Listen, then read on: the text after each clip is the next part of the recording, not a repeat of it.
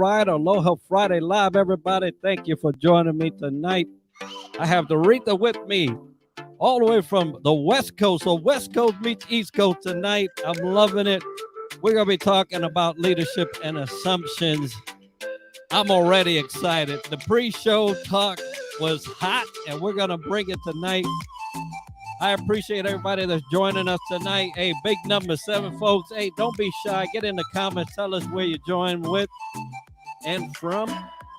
We would love to hear from you. Doretha, thank you for being with me tonight on this important topic of assumptions. And so many things have happened in the last 2 years. There's a lot of assumptions, especially now. There goes my boy, Chris Ayala. Hey, Chris. What's up, brother?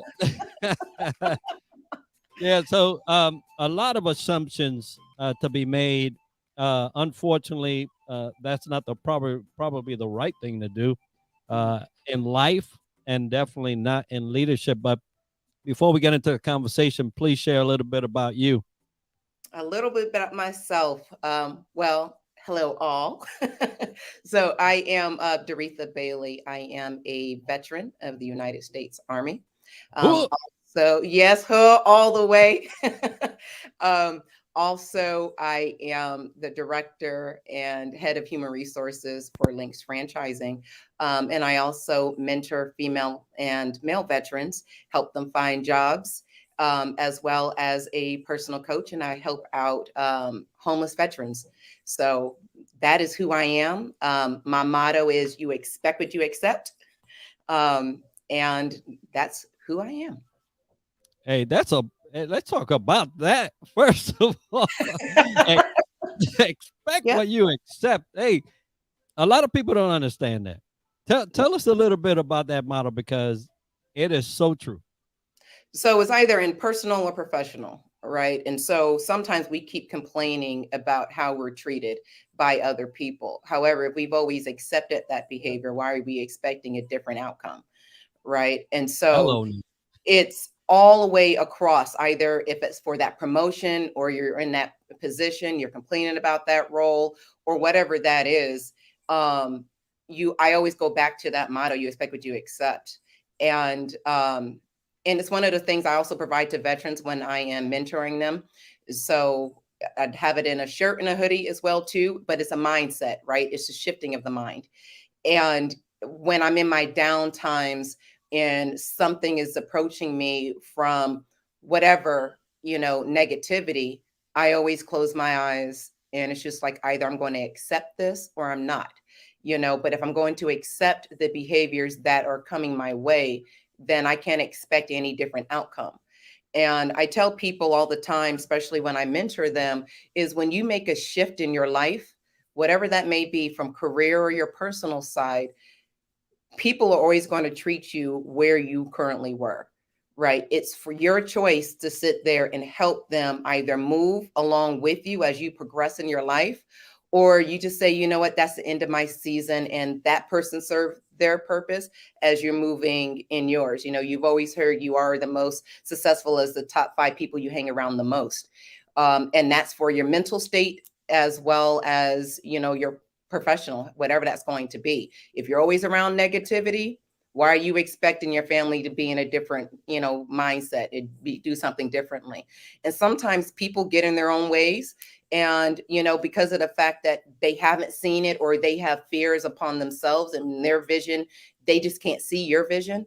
That's fine. But when you expose people to different things, then now they have that exposure and they say, okay, me too, I can do this, right? Versus the walls of I can't, or this hurdle is there. And we all cry when we get to those hurdles. It's hard sometimes. I've been the first in a lot of organizations, especially when I got out of the military into corporate. And it is lonely sometimes.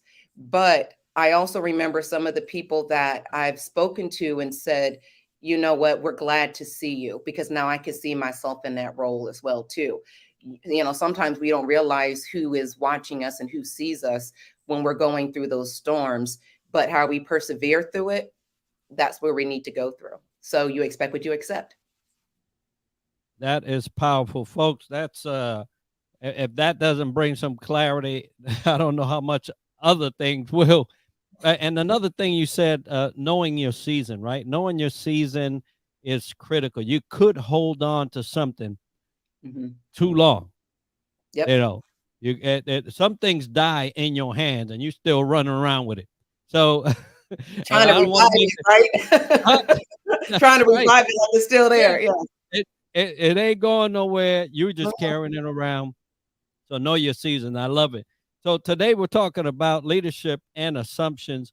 The last 2 years have been 2.5 now coming on, have been kind of chaotic if I want to sum it up. Um, and there's a lot of people coming back to work. There's a lot of people that have left work, have Mhm. not returned. And there's just a lot that has gone on. And one of the things that I've been trying to focus on, especially on the leadership arena, is to be prepared for the people that they're getting back in the office. Mhm. A lot has changed for a lot of people, and they are not the same person. They left, right around March 2020. Mhm. Things have changed drastically for some not too much, but the majority of folks have suffered major losses, both in personnel, family, loved ones, financial things have, are different. And Mhm. so I love that we're talking about leadership and assumptions because there's a lot of assumptions being made. Um, and so tell us a little bit about the ones that you're facing on the HR front. Um, and then we'll discuss how leaders could minimize, right, Mhm. the assumptions and be ready for that influx of folks coming back to work. So I think, the other thing too important is the fact that we lost coworkers, right? Regardless of whatever was there, we during the time, right? Everybody kept talking about 2020 being the year of vision, and everybody was excited, and it was the year of vision because the whole entire world just stopped, and it forced you to look at certain things. And how many times have you heard in an organization that they didn't want to have remote workers because of the fact that you don't know if they're doing the Yep. work or not? Yep. Then you get to a place that you have no choice but to work virtually. Right. Some companies made it through, some companies did not.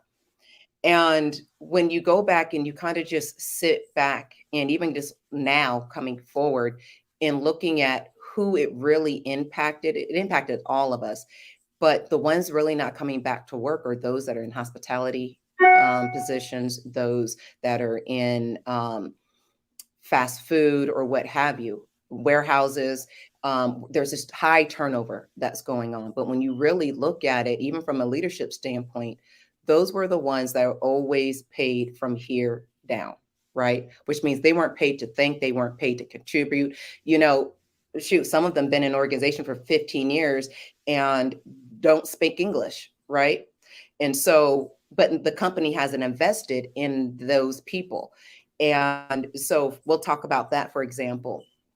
If you have someone in a role that's been in there for however many years, why don't you have ESL to help your employees? Right? Is because majority of the people that are there, again, nobody's one dimensional.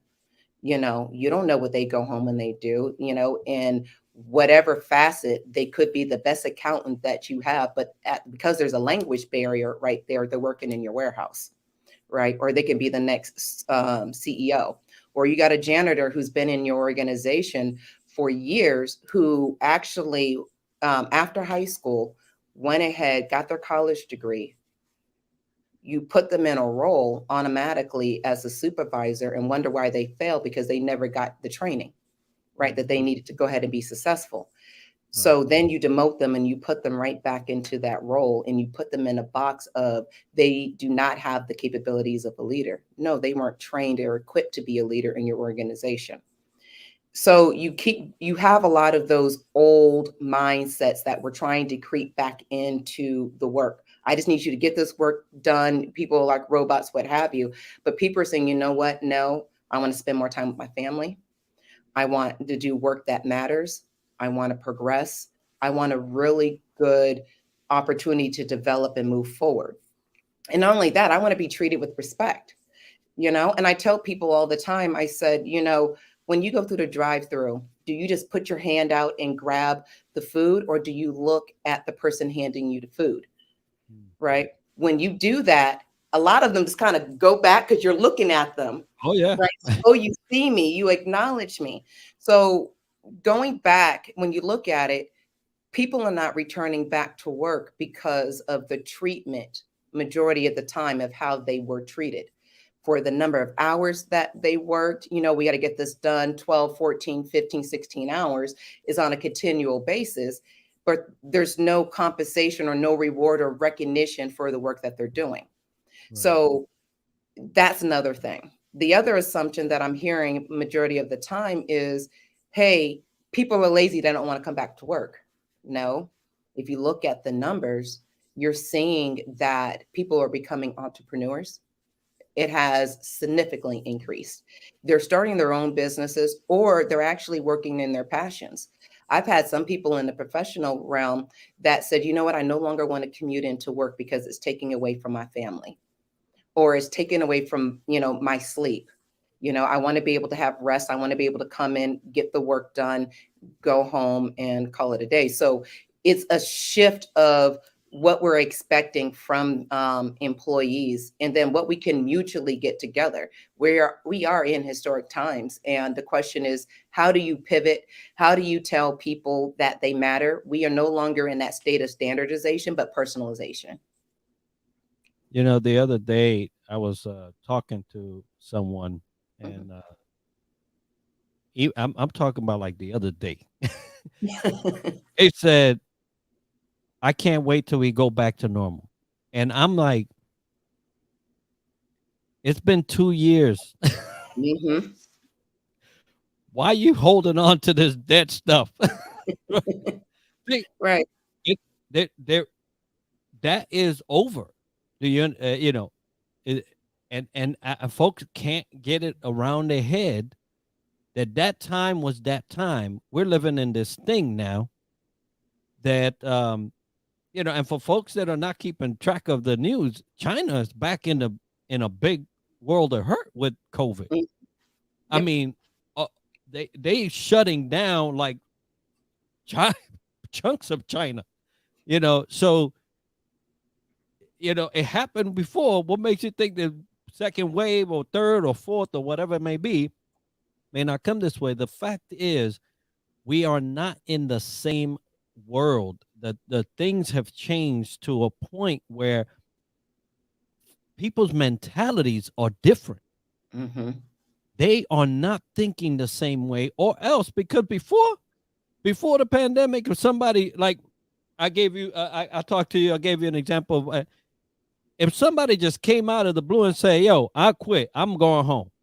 Mm-hmm. Before the pandemic, you'd be like, that dude's crazy. How you gonna leave this and you're gonna leave that, and what you gonna do? In the last 2 years, people have been going at the tune of 4 million, saying I'm out. Yeah, and they ain't crazy. There wasn't enough 4 million crazy people out there. It's just that the mentality of the situation around the world caused people to start to focus on what's really important to them. Mm-hmm. And the paycheck was not it. And it definitely was not how people were being treated. They weren't for getting treated or yelled at, mm-hmm. And or treated any, how you said, from here on down, when there's so much capability. And so that resides in a person. So that's why I've been basically talking to leaders about, are you ready for the person that's coming back to you? Mm-hmm. And a lot of leaders are not. They're not. And, you got to think about why, right? It's because we were trained to do a certain, or to lead in a certain way, right? To think in a certain way. We've had a path of, this is what success is. And even during COVID, with the organization I was in, we grew just significantly. But the reason being, I honestly believe, is the fact that, and it started from the top, is that if we knew that we had a certain order that needed to come in, the whole entire executive team was in the warehouse side by side. And we're not talking about in suits, we're wearing our yoga pants or, our sweatpants, but we are right next to the employees, helping them pack, ship, understanding what's going on, is because we were in it together. And sometimes you have to roll up your sleeves and say, we are one. But if you're sitting in your office and you're sitting there saying and dictating certain things because you're looking at numbers, there's a disconnect, right? Are you looking at your managers? Are your managers tired? Because the other thing that's, coming out lately, as we've been seeing, is around mental health. You have some people that are just going through a lot. You have some employees that were stuck because they were abused. Some, became alcoholics because of, the isolation. So do you set back and really just look at the employee and say, you know what, I know you're having a down day. Go ahead and go home. I'm not saying use sick leave or PTO. You're seeing them as a person. You know that this is not their best right now, because whatever they may be going through, go ahead and go home. So now you're personalizing it, and you're seeing the human side. And when you see the human side in people, there goes the loyalty, right? Because what I've been hearing too is just like, the company's not loyal to me, so why am I going to be loyal to the company? So you have to go just a little bit extra to say, I care and I see you. That's a real thing. And that's hard for some of us who have not been brought up in that manner, and so to your point, the leadership has to change. The mindsets have to change. And what does that mean? We're in historic times. And I told somebody, I said, don't tell me that this is a political thing or this can't work. Because if that was the case, I want to be standing here as a woman. I want to be standing here as someone who was Black, and I want to be standing here as somebody who's disabled, because there was laws that were put into place for me to work here that changed the workforce. So this is just our historic moment. And how is that going to look like in the future as we sit there and for the next 20, 30 years until something else comes about that changes the workforce? And I heard something the other day and I thought it was really good. And they were talking about human resources. And they said, we probably need to change the name just human resources, because resources, they deplete, but assets you invest in. And I absolutely love that, because that's very true. You're seeing a lot of titles where it's saying, people officer or people or culture, whatever that may be. We're understanding that shift. And it's like, how do we become one and just grow phenomenally? And, we create whatever we can do, when you look at TikTok or YouTube or any of that, you have, the young, I'm not going to say young because everybody of different ages that are doing it, but you got that creative person who's just sitting in your office doing accounting, and you think that's all they can do. They can't be creative or have any type of innovation. It's because of the fact that they're in accounting, and accountants are seen as being systematic. So you're putting that person into a bubble and saying that they're one dimensional, not bringing them to the table saying, what is your thoughts? Because of the fact that they are creating on the outside, most likely those are your design thinkers, right? They have critical thinking, but they're also design thinkers. So they also can sit there and innovate and take things to the next level. Until you have conversations with people, but you got to make it comfortable for them to have conversations with you. That's the only way you're going to be able to find out the different levels of employees you have in your office. You mentioned something that you were talking about, the leadership, that I didn't think about, but have to bring up. So if leaders have been trained, pre-COVID and pandemic era, and they can't expect the same employees to come back, then we can't expect at the executive level that our leadership is ready or trained to bring in this this diverse group of employees back into that have gone through so much. Um, so I'm thinking now, shoot, we need to address executives as well Hmm. to ensure that their leaders are equipped for the different things that they will have to deal with. Hmm. For instance, you mentioned, hey, there's a lot of people that picked up the bottle during this time. A lot of people picked up a couple certain kind of drugs. Hmm. A lot of people got into domestic violence issues while this whole thing was trying to, that we were locked down. Hmm. Um, you know, Assaults went up, at home, right? Where it used to not be, because now they just have to deal with each other now, right? And they didn't realize there was a family all along, uh, because it It's happened.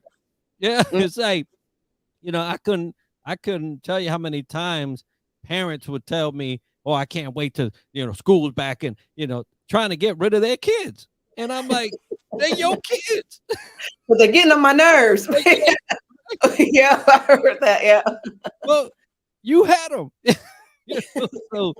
So there's just so much has gone on, and so the executive teams have to start digging into the leadership and saying, "Hey, I know things are different, and we're bringing people back, but are you ready?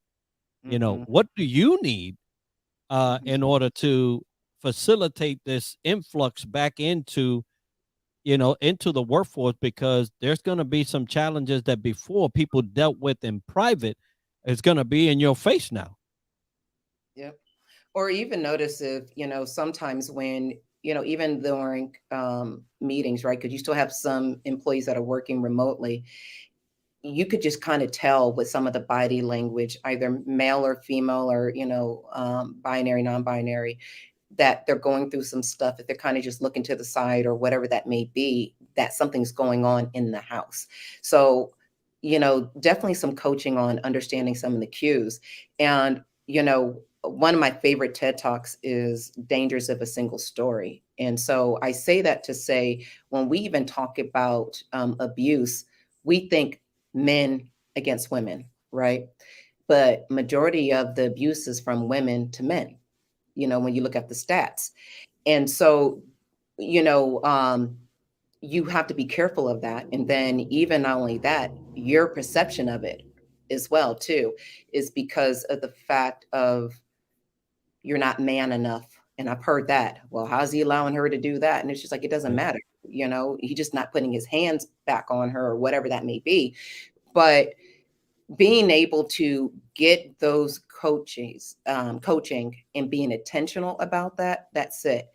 But I think, there's pressure on the executive team. I don't care where you're at. You're getting pressure from the board. It's because of the fact, again, some, organizations tanked, some numbers tanked, and they're trying to recoup a lot of, money or whatever it is, or stay relevant or whatever that may be. There's a lot of pressure on the executive team, period. Yeah. Um, but I honestly believe that you have to first, they need to your point, need to be acknowledged. How are you doing? Because hurt people, Hmm. right?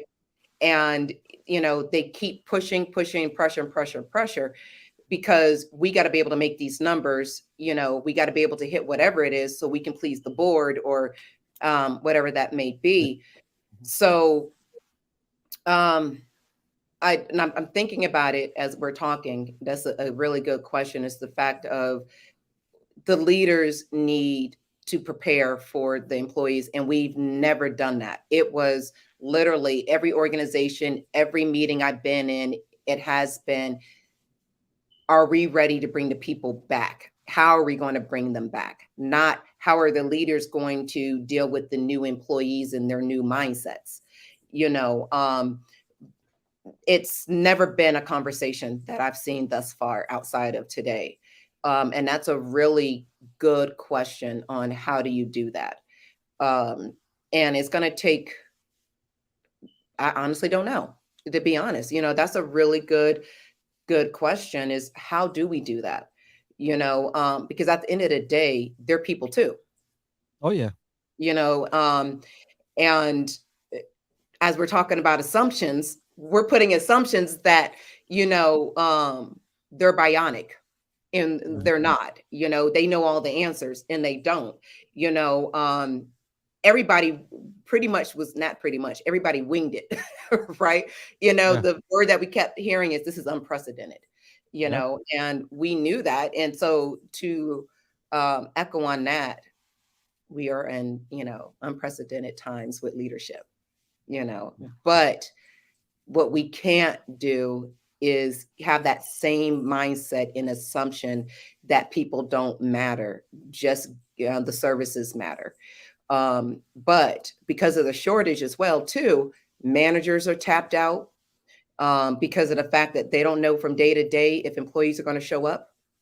So there's just a lot. You're hearing about the shortage, and you're seeing it at all different levels, and especially those that are out there helping other people, or drivers or whatever that may be. um, so there's stress all the way around, even in HR. There's been a couple of articles that's out there about HR professionals quitting very quickly, and they are. And it's on a rapid standpoint, is because HR is seen to hold everything together, right? They're listening to everybody's issues. They're trying to help the organization. They're doing everything they have, but no one has stopped to say, are you okay? How are you doing? As you're going through it, is because from an HR standpoint, you're dealing with the deaths of employees, you're dealing with them in critical illness, you're also dealing with the political side of it, right? Because you have some people who don't believe in COVID and some that do. Then you had the presidential stuff that was going on, and you're trying to keep the environment happy. You're trying to keep, from an engagement standpoint, let them know that we see you, we hear you. You're making sure you got all these policies that you're trying to figure out. So you're the heartbeat of the organization to make sure everybody's okay. And people are tired, so going back to the whole executive and the leadership, I think it's just really maybe a pause to sit there and say, I see you, how are you feeling? And then let's tackle this together. Do you have conversations with your employees? Nothing about work, just how are you? So you have an understanding of who they are, who you are getting, understand their needs, where everything was okay. But now they're no longer putting their child in daycare, because when they do put their child in daycare, it either closes down due to a COVID case, or they may be nervous because they don't want their child to get sick. And so how do you work around that? Right. And then, does 8 to 5 or 9 to 5 still apply if the work gets done? Does it matter how the work gets done? As long as it gets done, you're not missing deadlines. Do you have to be work from 8 to 5? Yeah, you have your standard meetings, but you kind of rethink that. And leaders are going to have to do that. Just sit back and say, what's important, what's not. Can we still meet the objectives and the goals if I bend a little bit in regards to personalizing what this employee may need or our department may need to, meet the organizational goals and objectives?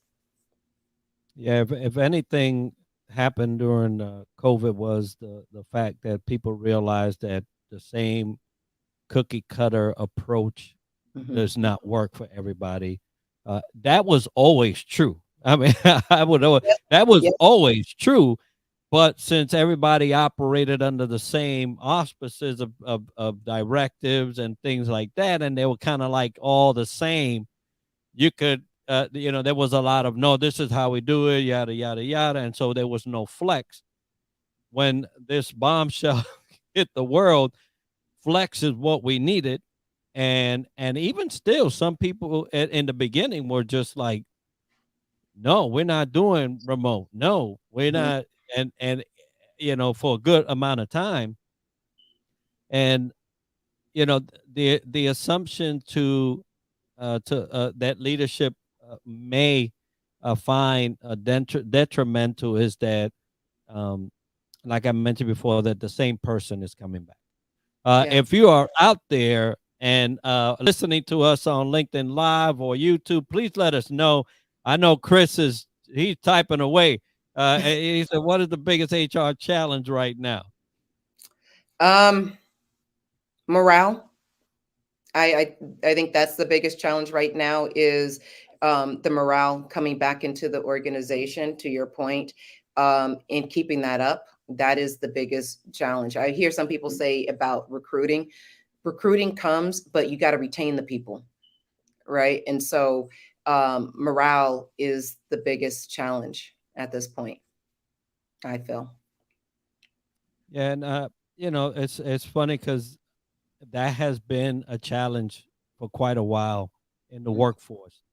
The thing is that because there wasn't such a turnover, as you could kind of like mitigate the effects of somebody coming in and not wanting to, not feeling happy to be there. Mm-hmm. The majority of the people were just plug and playing, and if you made a comment or you said something, you didn't want to be the one, right?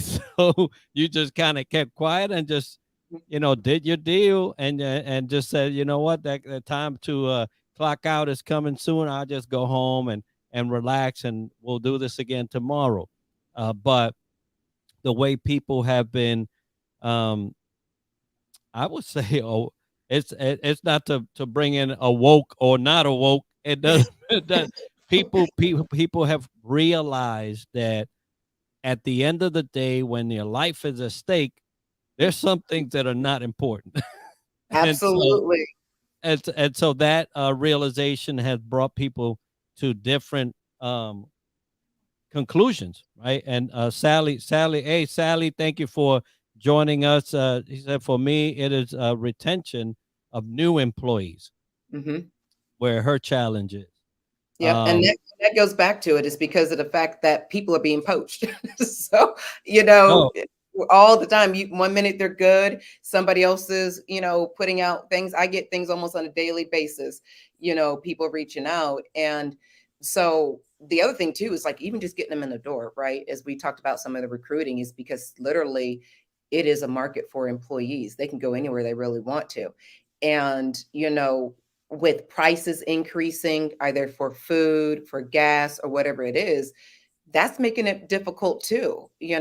Employees are asking, hey, look, my cost of living around me is increasing. Am I going to get a salary increase? But it's been like that across all organizations as well too. she Um, said, she said but no, that's true. I've seen that. They literally will leave for 10 cents more.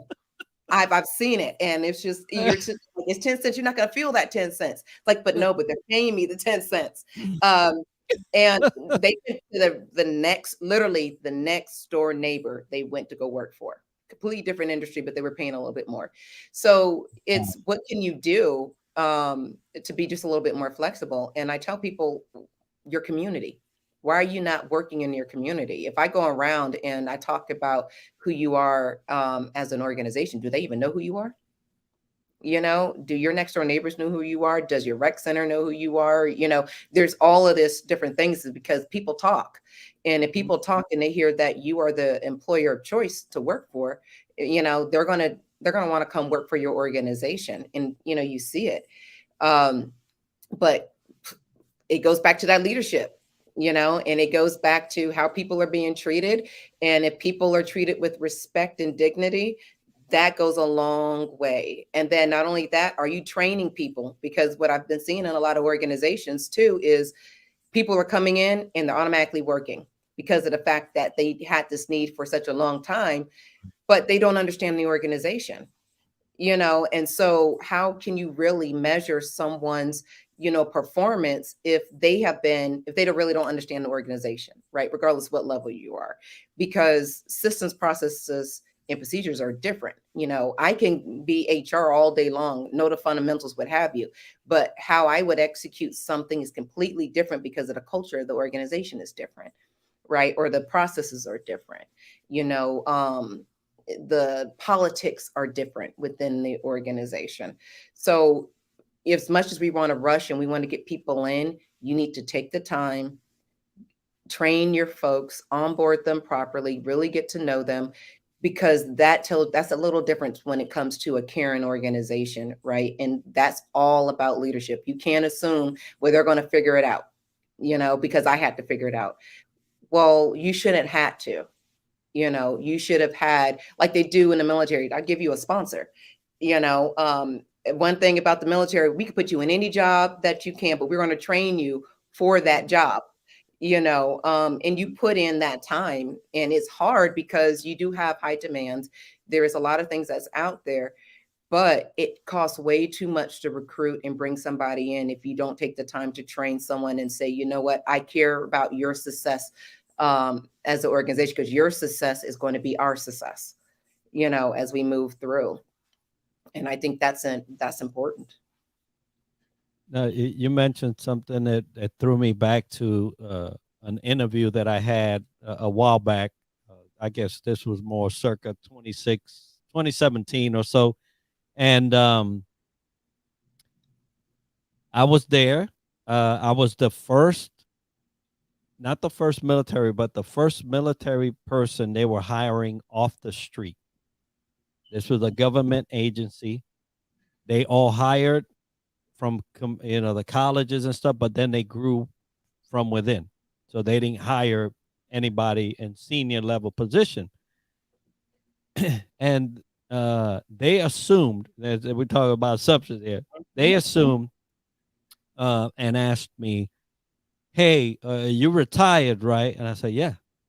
She's like, "Well, if something happens, you're just not gonna leave us because you can, you got money, right? You're good, right?" I said, "Well, normally people wouldn't do that, but um, that's not my aim. Hmm. Is something gonna happen?"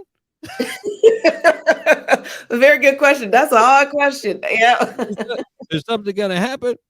And what they did not assume was that their leadership was very challenged, and I Mm. wasn't gonna put up with it. That's what they should have asked me. If our leadership Yeah. is challenged, Uh-huh. can you deal with it or will you leave?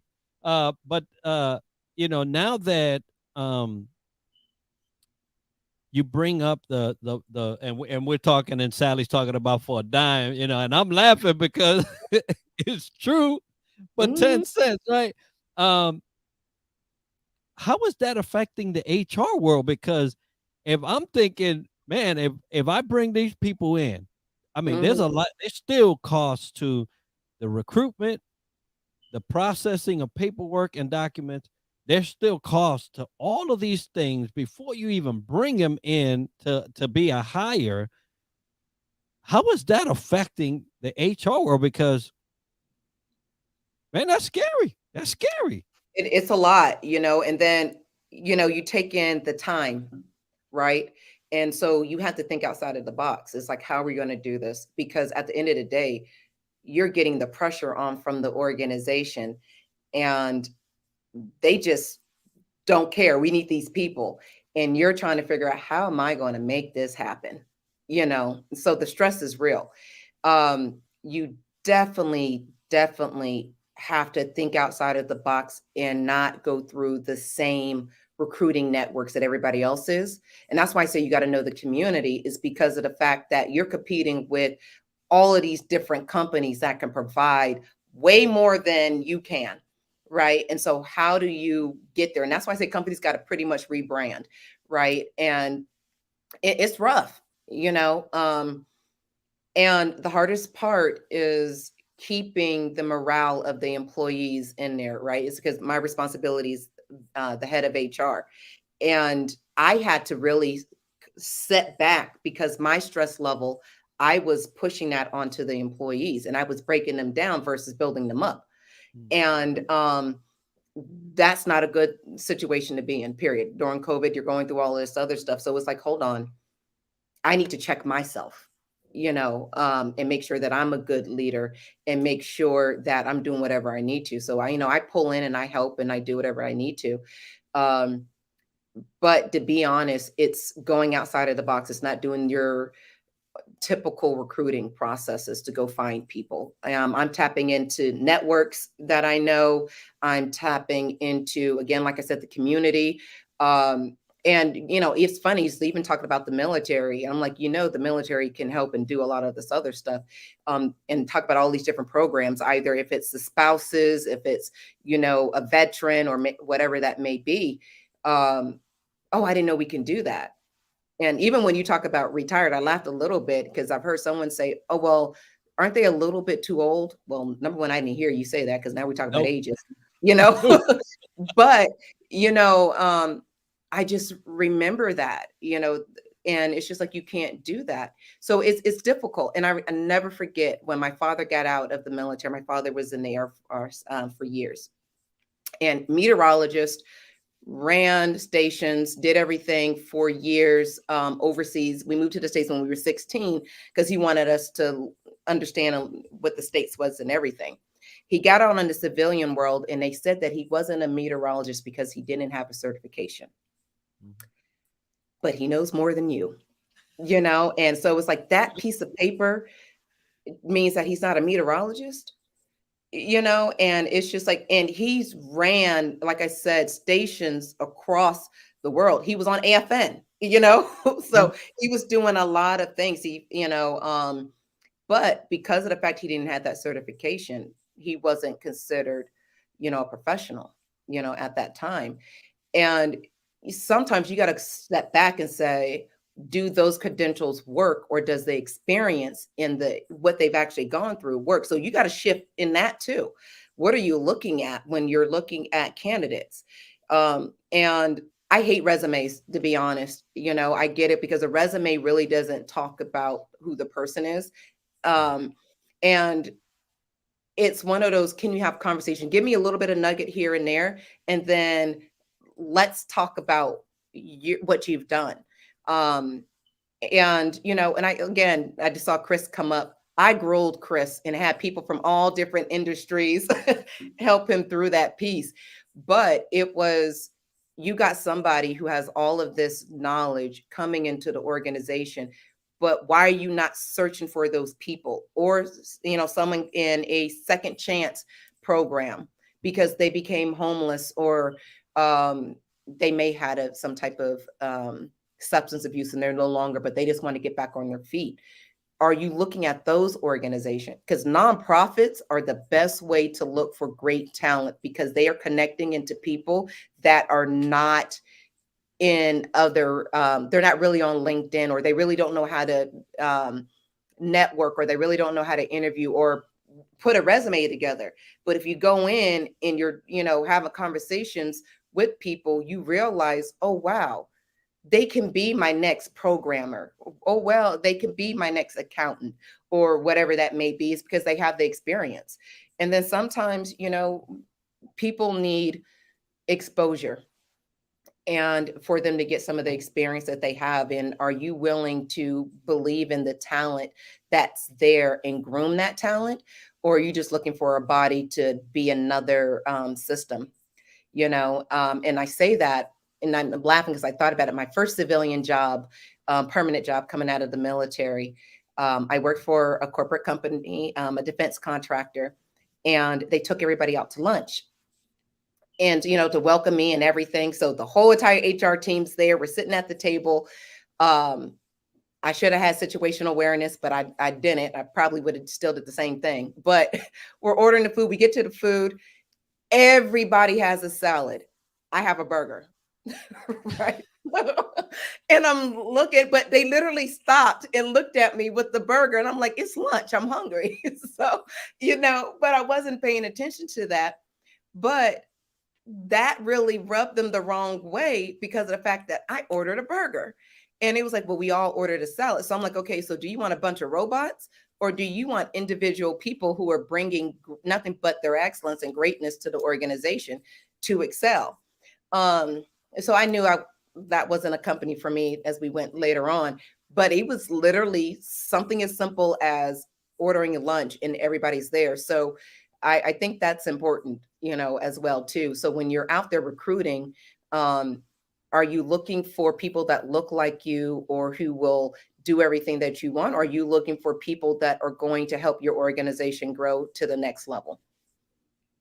Absolutely. Now we have a question here from Allison.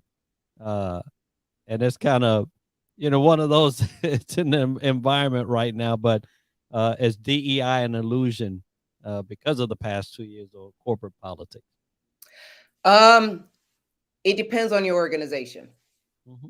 And I'm going to be Yep. 100% honest. I'm a raw person.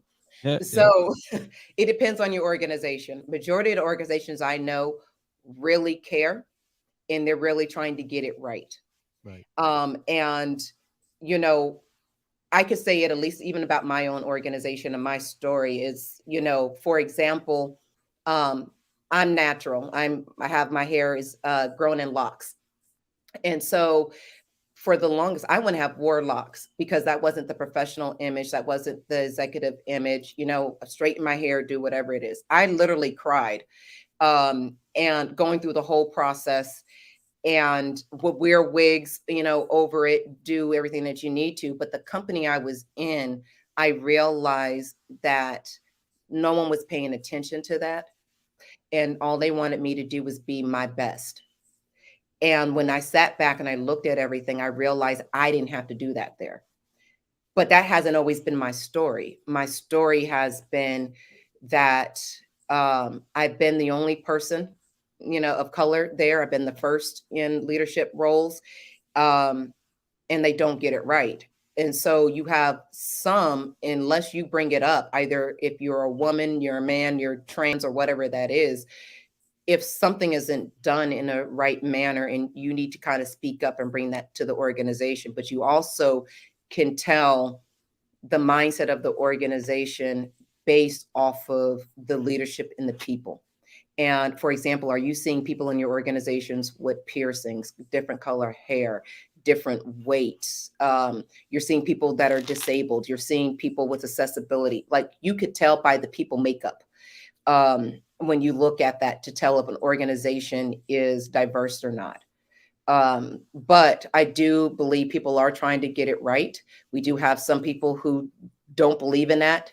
Um, and it is a real thing, and you just got to kind of think of it. And then here's my thing to those who fall in that: you need to be okay with leaving an organization that doesn't represent you. And that is hard. Hmm. To be honest, that is extremely, extremely hard. And when I started my own walk through that journey, I had, actually, he's a mentor of mine, supervisor, and I was the first African American female leader in that organization. And I'm sitting at the board table. And we had a personnel committee meeting, and it was literally around an executive summary. And I was explaining, because someone said I needed to call it something else. And I'm like, no, it's an executive document. It's going to have executive summary, like the whole thing. So I explained it in what it was, and I kept moving forward. So he literally took my report and plucked his teeth with my report like it was a toothpick. It took everything I had not to be that stereotype of the angrily Black woman. I said nothing, went through it, whatever. I left, had a conversation. I had some choice words with my manager. You're going through it, right? And he's very calm, and he said, you got to remember that people glorified the civil rights movement. He said, not everybody was, for it, but they're benefiting from it. And you are a part of the move in this organization. You're going to go through stuff like that. The next day I come into the office, and there's a gentleman standing. I'm right there with you. The hell no. It took everything I had. So just now I'll get upset. So come right at my door, and he said, can I have a conversation with you? And this is somebody else, but somebody that was in that meeting. I said, yes. We closed the door, and he said, I want to apologize for this person's behavior. And I automatically, in my calm self, said, well, why didn't you speak up? Because I didn't want any conflict. But you knew it was wrong, right? And that happened. The latest thing that happened, and it's not at the organization I'm in, but another, and I have an employee. This is where my hair was straight. I had it in a ponytail. It was nice and bouncy, whatever. I'm teaching an employee. She had a question. She wanted to see something. Instead of her paying attention to what I was showing her, she said, "Can I pull your hair?" And Monty happens, who's in my village, my HR village, knew about it because I was really upset after, started having a conversation about it. I was typing. I didn't even look at her, just type. And I said, "Why do you want to pull my hair?" Because it looks fun and bouncy. It looks fun and bouncy. And so I took that as a teaching moment on, and it was an article that Forbes had on "You Can't Touch My Hair." And I gave it to her to read. And she apologized profusely. She joined a DE&I class, got certified, did everything in it. So sometimes I say that to say some people really just don't know, right? And you either can get mad about it or you can educate people about it. And because of the fact that this is really new to a lot of organizations, there's going to have to be a little bit of grace and understanding as you go through it, is because this is new, right? And this is the time of accountability, but you have to be comfortable in your why, in your purpose, in your walk, and be okay to walk away if you are not treated with the utmost respect, or you know that others are not being treated. Are you speaking up on their behalf, or are you being quiet? You expect what you accept, right? So companies are trying with the DE&I, but it has to be more than inclusion. It has to be belonging. You can do everything that you want to. Yeah, Monty says she remembers the conversation. I was mad, but anyway, but you have to go through without progress, without struggle, there's no progress, right? From Frederick Douglass. This is our time that we're trying to figure it out, all the way across the board.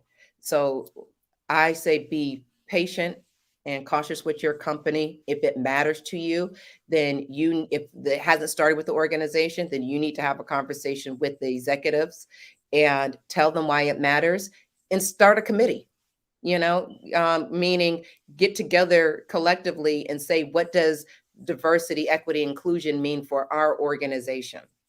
And go from there. It only takes one person to change, something or bring something to the table. But if your voice is not heard, that company's not for you. And then leadership, it's an added thing.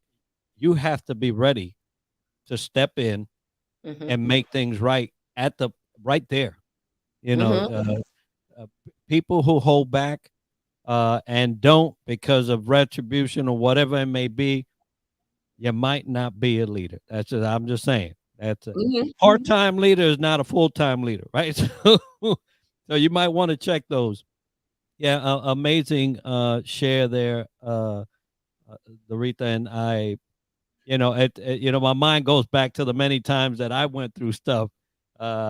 It's and people of color, whatever flavor it may be, it's just a different thing that we go through now. There's some that are for restructuring the way things are to ensure that DEI has its place at the table all the time.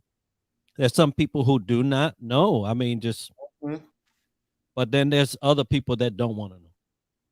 And Absolutely. and that's a sector of folks that are running organizations, and so you have to be mindful and alert to those things, especially, have you mentioned, you got to be ready to part ways with things that just do not serve you. And if it doesn't serve you today, it may not serve you tomorrow. So you got to figure out if you want to stay in that situation for how long.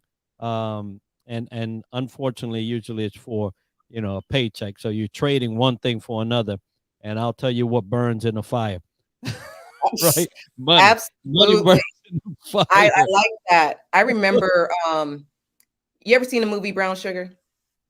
I believe I did, but I can't recall it all. So there's a scene in there where one of the actors is really upset about what happened in a meeting.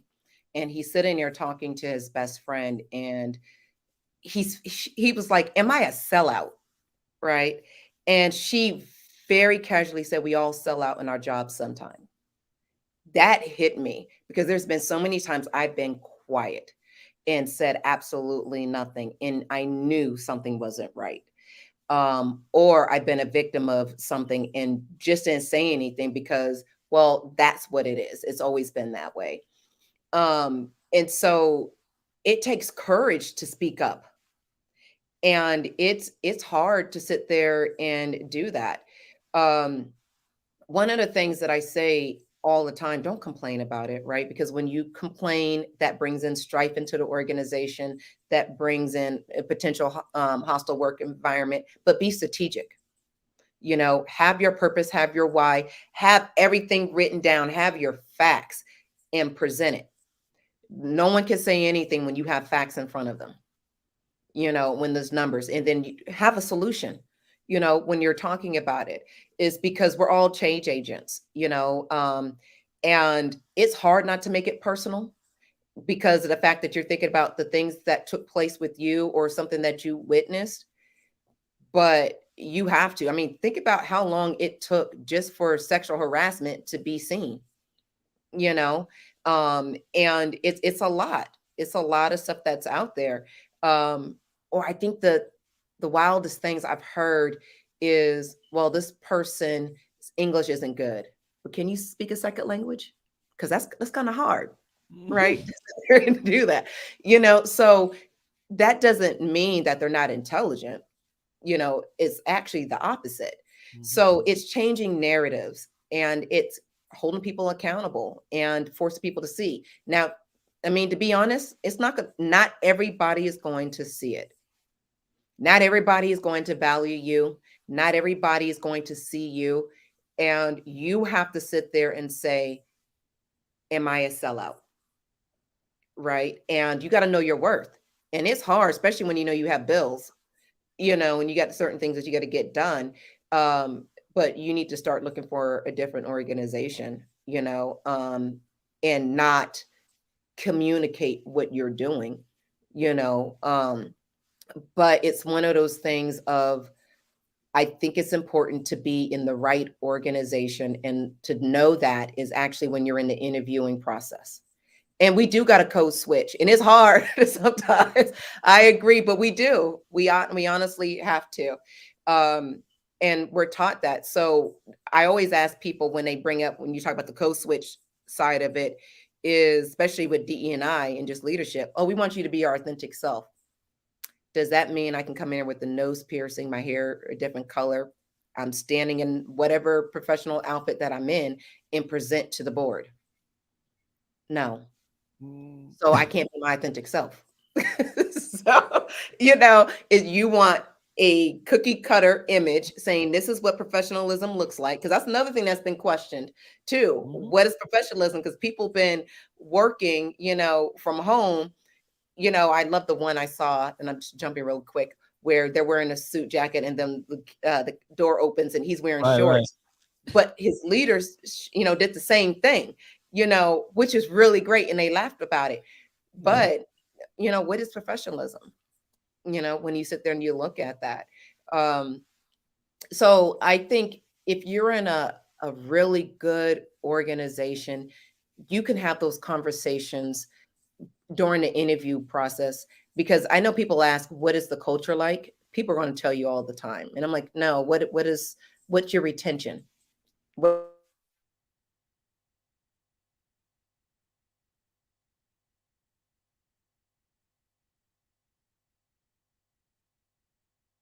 Yeah. I think we're lost. Yeah.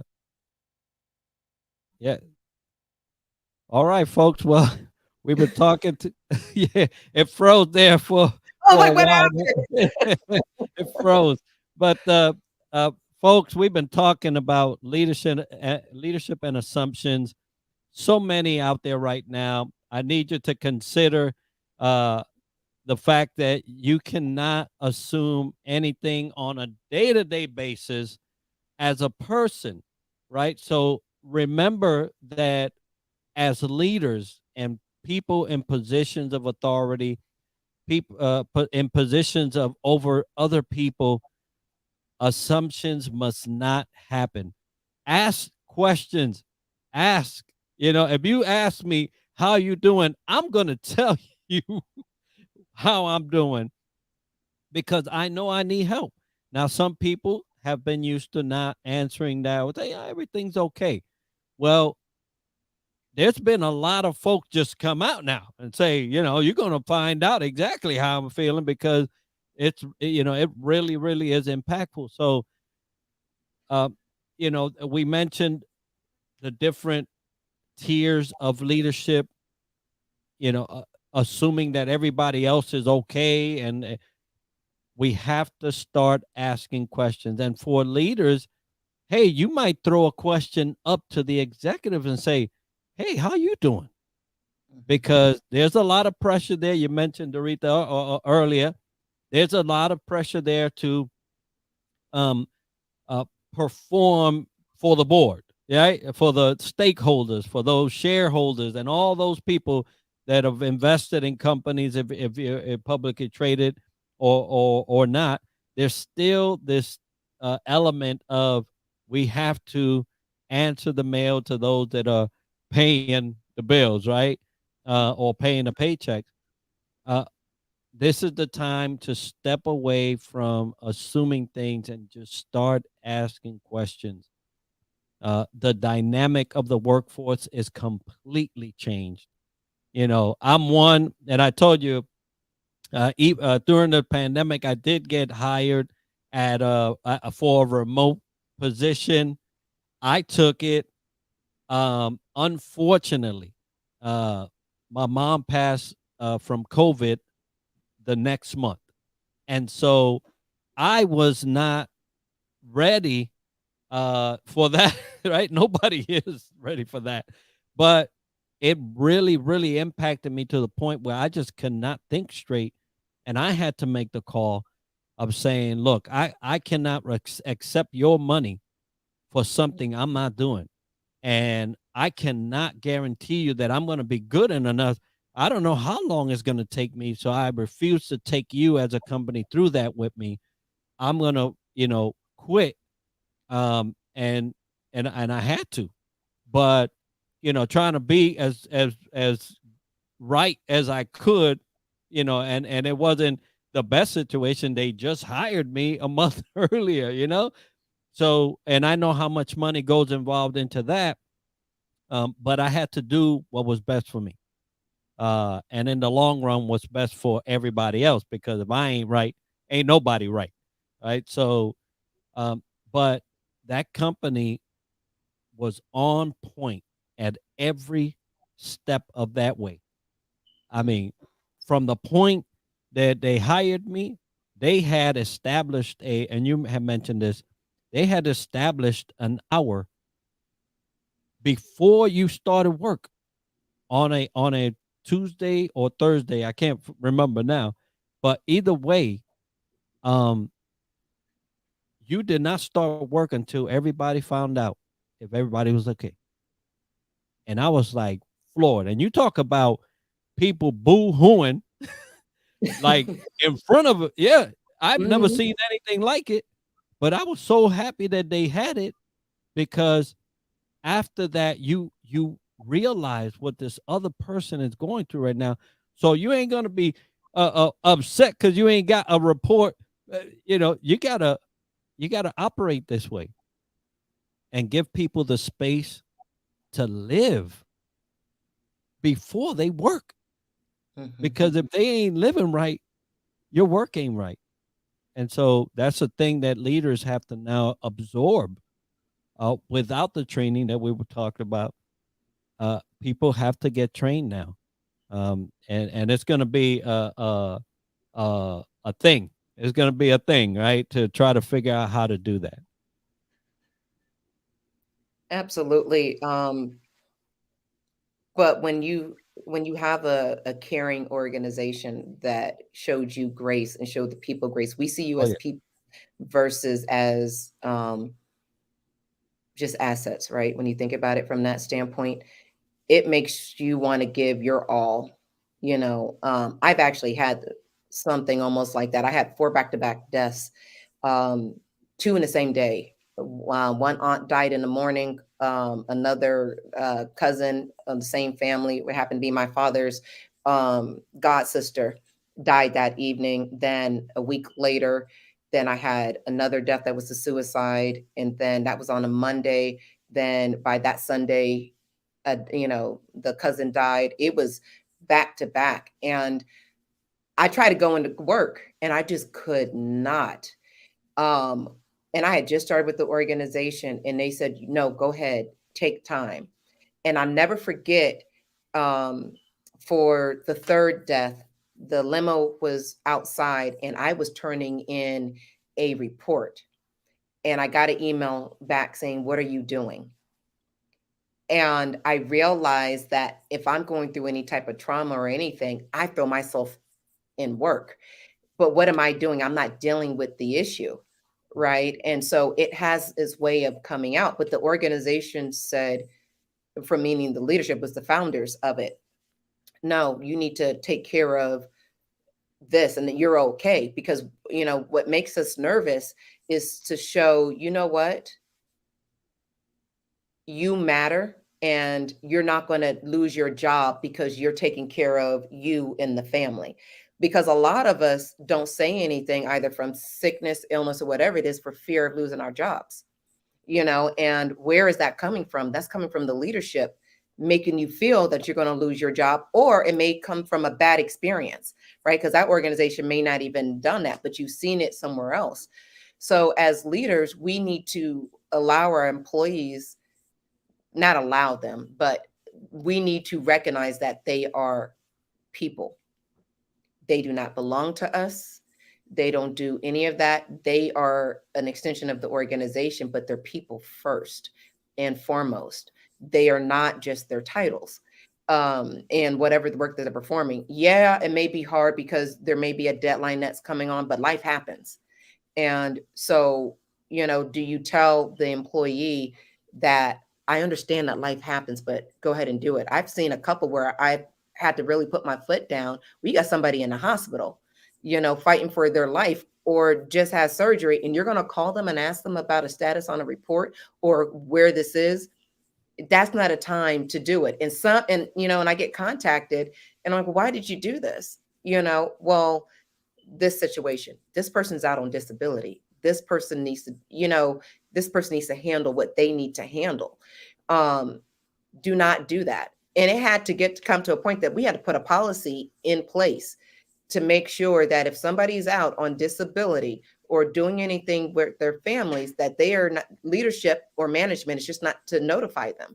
You shouldn't have to say that. That should be a common courtesy.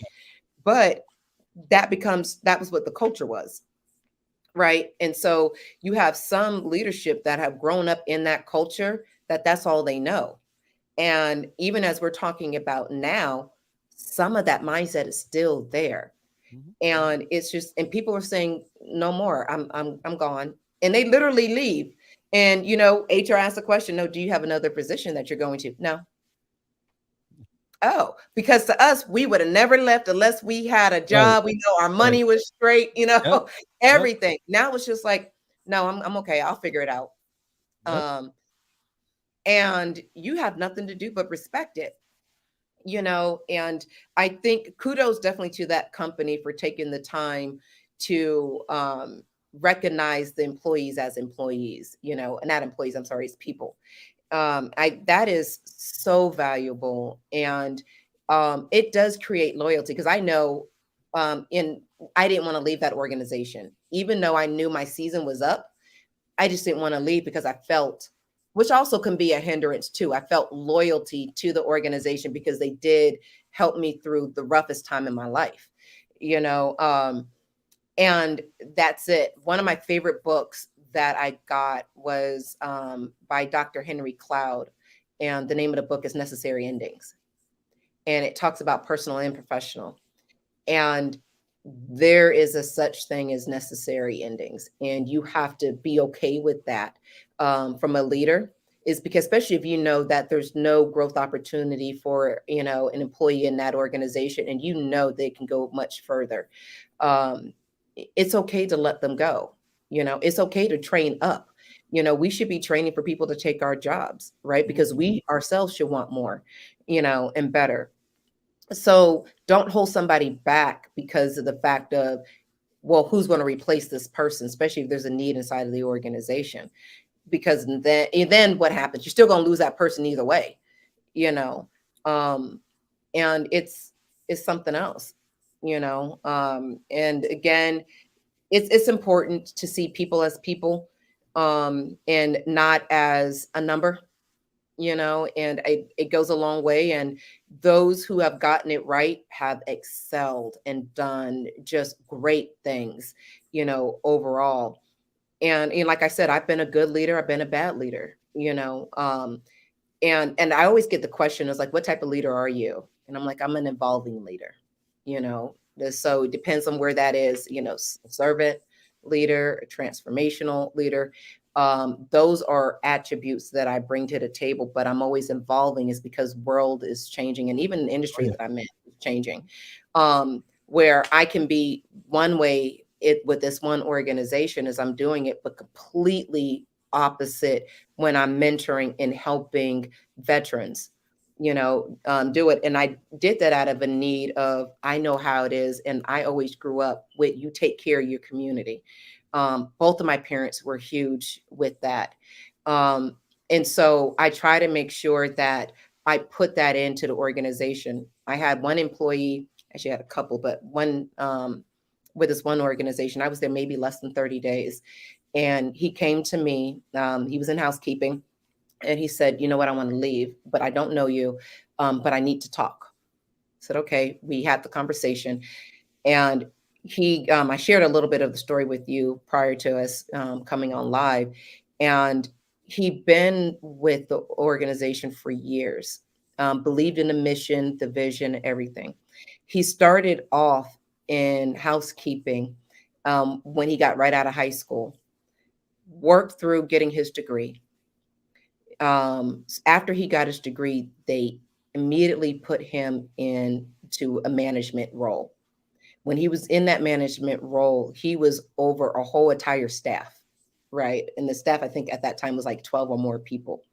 That's a lot, especially if you haven't had any type of management training. So people were walking all over him, wasn't able to make decisions, really didn't know how to do reporting and what have you. So what they did was they demoted him back to a housekeeper. So imagine what that does to somebody psychologically, Yeah. right? Going through that. And did he fail or did the organization fail because they didn't equip him for that role? So when he talked to me, and I'm like, oh, you have a degree? Yes. Well, if you could do anything in the world, what would your job be?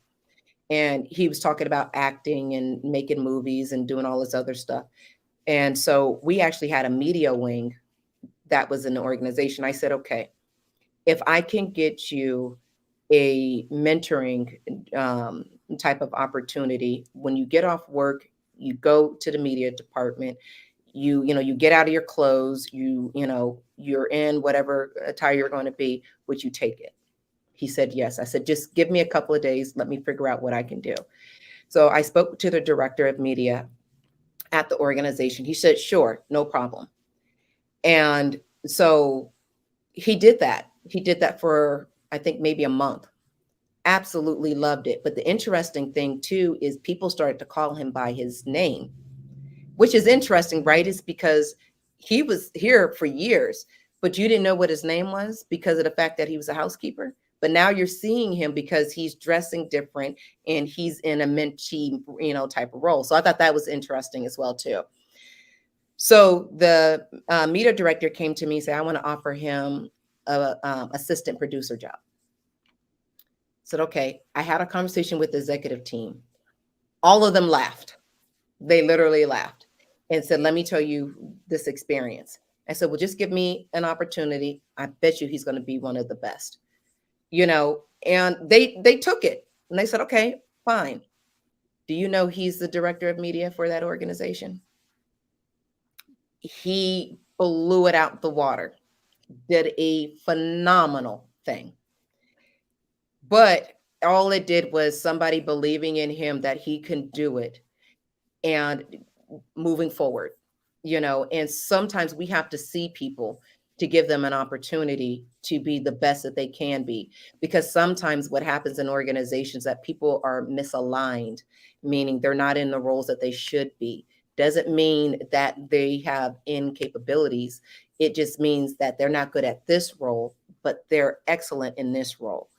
And that goes with leadership. Oh yeah. You have to see Definitely. people.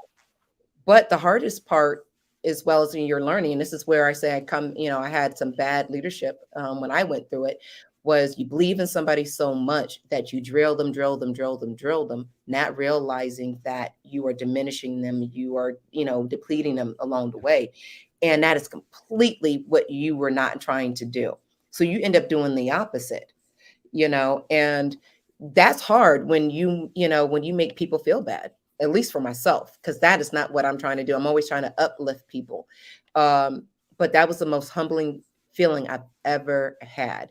And when that's being told to you, you're just like, that's not me. But I had to stop and actively listen to what was being told. And one of the things is, not everybody wants to be fixed. It is not my job to fix people. It's my job to uplift when they're asking for assistance, and move forward. And not everybody it wants the same type of approach. My approach was very military. Mhm. So I grew up in that environment, it was that way. But you have to meet people where they're at. And so what I've done is I've shifted, even mentoring and my leadership is, when people say they can't, I always want to get to the root reason why. What's the root cause to they can't? And a lot of it goes to their childhood, right? Because somebody told them that they couldn't.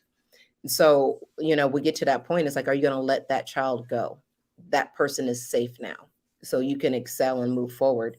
Or whatever it is. Or are you going to allow that manager to still have power over you that is no longer around you, but they still have a hold on you mentally, to be able to get that? And that's hard.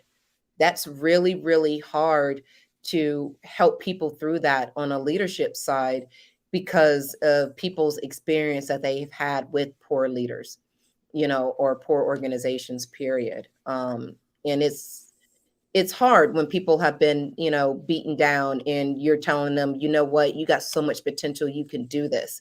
And there's been times that I've cried. There's been times that, I've taken it really personal. This one time I ended up in a hospital. We had an employee that went through domestic violence, and she was hiding in our facility. And we got her to safety. We got her to a home, was able to do some really great stuff, just whatever. But she went back to him. And I personalized that because I couldn't figure out, why would she go back to him? Um, and that was my first time dealing with domestic violence in the workplace, right? And, being able to really go through it. But I took it back to start training managers on recognizing the signs of domestic violence, because the sign was there. She had broken ribs and everything. And we end up having conversations, and we actually had a couple of more employees, actually, after we're done with that, come forward and say, this is my situation, male and female. So as leaders, I know we're not supposed to, we're not psychologists or whatever it is, but if someone's going through a rough time, recognize the signs. We've had a couple of employees during COVID commit suicide, and the signs were there, and so number one is take the time to have a conversation with the employees to make sure they're good. Work can stop for a moment. If it's a couple of hours, you need to shut down, make sure the employee is okay, get a grief counselor in there or whatever it is. It's time to do that, because sometimes too, that triggers emotions in other people, because it may be tied to a personal thing, because an employee committed suicide, or whatever it may be. But take time to, I see you, and that's it, because that I see you really, bears a lot of fruit. And again, it helps your organization go to different heights by just saying, I see you. And, as we were talking, that's at all levels, from the executives, all the way down to whatever level that may be. And we can't assume, to your point, that everybody is okay, because we've been trained to say, I'm good. And we're really not. I saw an episode years ago, Being Mary Jane. And she was talking, the character Mary Jane was talking at the funeral. And she was talking about, you know what, I'm not good.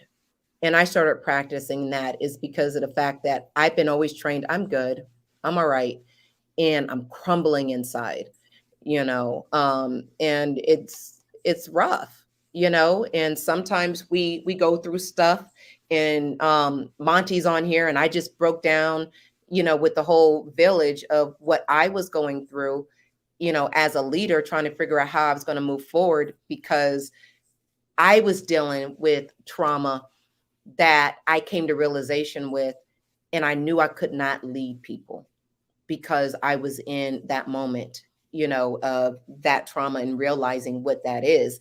And you sometimes, as a leader, need to walk away and say, I'm not okay, like you did. Like, no, I need some me time. I need to address whatever is going on with me, so I can be the best leader I can be, so that's important too. Yeah, folks, you have to realize when it's time. And as a leader, if you can't do it with yourself, you won't be able to do it with somebody else. So learn that. And it was an experience, to say the least. Doretha, thank you so much for being with me tonight. This conversation has been wonderful. She was a little nervous, but I told her this is gonna be good. It's it's what we need to hear. If anybody wanted to get a hold of you, how would they do that? Through LinkedIn. I will give my phone number out as well too, which is 703-581-8793. Again, I help veterans all the time. I help people out, so you don't have to be a veteran.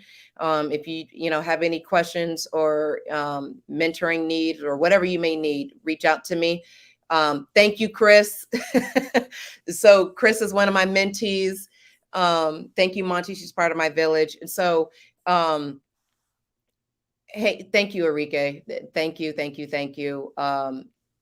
This is my first time. And as you mentioned, I was very nervous, but this is my year. Yes. So when it came up, I'm like, I'm not going to say no. I'm going to say yes. Outstanding. Well, I'm glad you did. And folks, leadership and assumptions. If you just caught us now, you're gonna have to go and get the replay. But I'm gonna do a couple of service announcements, because you know what? Podfest is coming up in Orlando, May 26th through the 29th at the Hilton Orlando, folks. I'm going to be there talking about this very same thing, LinkedIn Live. So I'll be there live talking about it.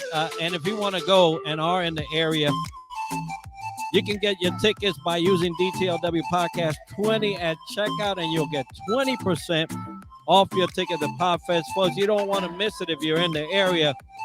It's going to be a good time, but I'm going to do you one even better, because I got 5 tickets to Podfest to join me personally.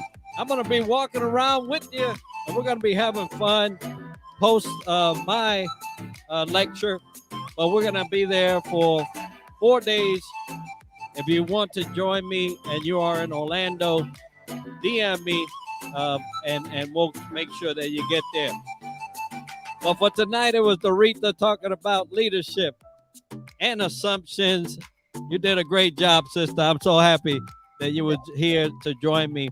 Folks, if you've enjoyed this episode tonight, hey, let us know in the comments. We'll make sure to put Doretha's information in the comments so that you can also have it. And if you're seeing this on replay, let us know as well. Aloha Friday, everybody. We love that you always join us. We'll see you next week when we have another guest.